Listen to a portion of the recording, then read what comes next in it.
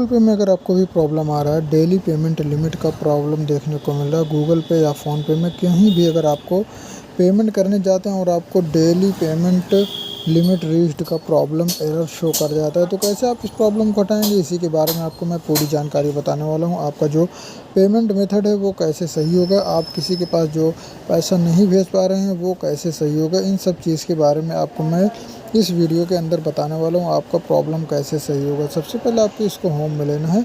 अगर आपको ये जो प्रॉब्लम आ रही है वो गूगल पे में आ रही हो या फिर फ़ोन पे में आ रही हो, आपको दोनों के साथ सेटिंग सेम टू सेम करना है। आपको ज़्यादा टेंशन नहीं लेना है। आपको क्या क्या करना है वो मैं आपको बताता हूँ। तो सबसे पहला काम है, यहाँ पर आपके पास कितने बैंक हैं ये आपको क्लियर करना होगा।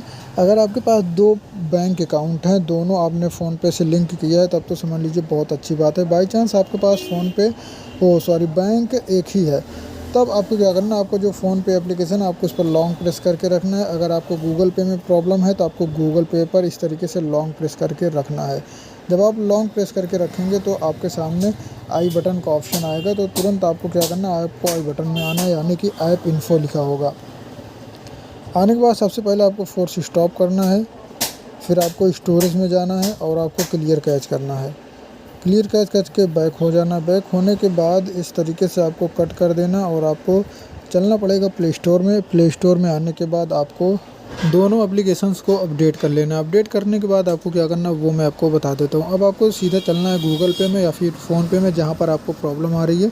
आपको उस एप्लीकेशन में आना है। एप्लीकेशन में आने के बाद यहाँ पर आपको फिर से पेमेंट करने की कोशिश करना। तो पेमेंट अगर आपका हो जाता है तो समझ लीजिए अच्छी बात है, नहीं तो यहाँ पर आपको 2 तरीके अपना लेने हैं। आपका पहला तरीका ये है कि आप किसी और बैंक अकाउंट से उसको ट्राई कर सकते हैं, यानी आपके पास कोई दूसरा बैंक अकाउंट है तो उससे आप पेमेंट मेथड लगाकर आप पेमेंट कर सकते हैं। या फिर दूसरा तरीका ये है कि आपको इंतज़ार करना पड़ेगा। अब आपको वेट करना पड़ेगा, जब आपका वेट कंप्लीट हो जाए तब आप फिर से पेमेंट कर सकते हैं।